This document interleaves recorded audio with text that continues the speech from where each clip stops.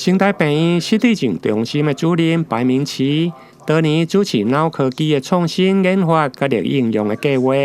即届结合跨领域专家，包括清华大学统计甲数据科学研究所以及成大护理学系共同来合作，根据临床的数据，推估失智者惊放弃的风险，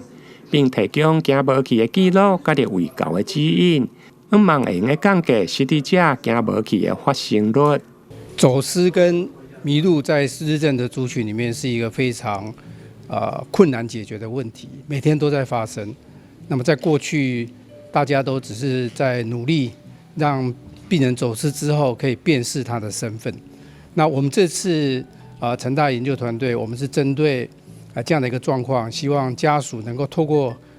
方法来预防它的发生。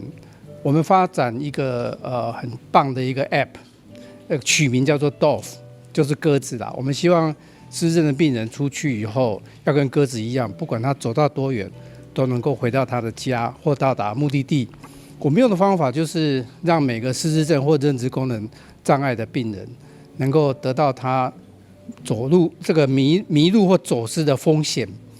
有一个评估，一个指数出来之后，根据他的状况，我们提供适当的一个卫教跟指引。那么即使他真的迷路了，我们也会串联其他的一个装置，那么让这个一般的民众可以很清楚的知道，